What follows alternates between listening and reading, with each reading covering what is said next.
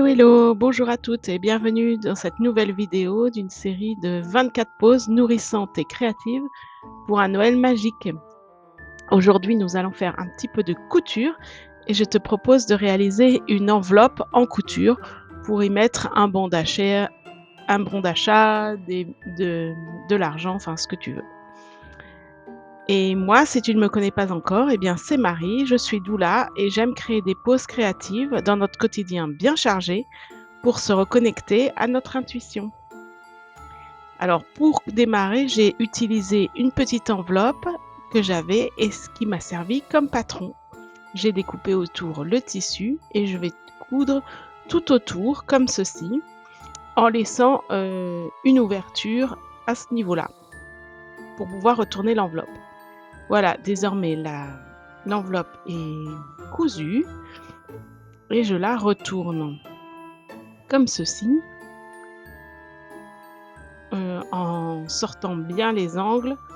Alors oui, j'aurais pu dégarnir certaines angles, je l'ai pas fait.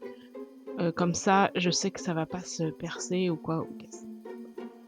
Et comme là, le tissu pour ma part, il est extrêmement fluide, hem, ça ne m'a pas gênée en fait pour la suite.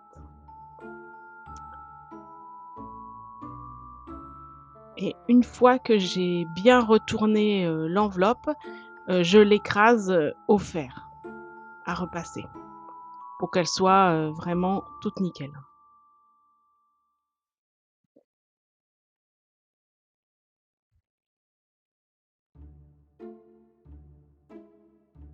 Voilà, comme ceci et ensuite je vais faire une surpiqûre tout autour. Ça permettra de fermer le trou, heu, le trou et de bien maintenir, le reste et au passage, je vais utiliser la broderie que j'ai fait dernièrement et je vais la coudre, sur l'enveloppe.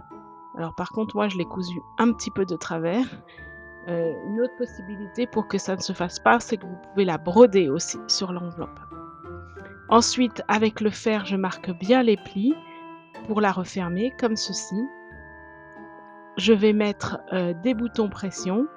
Donc là, pour mettre ce genre de bouton pression, il est indispensable d'avoir, la pince qui va avec, cette pince-ci pour, écraser les boutons pression. Après, vous pouvez mettre tout à fait des petits boutons de pression comme on avait avant, hein, ça marche aussi très bien. Donc voilà, je vérifie bien qu'ils soient l'un en face de l'autre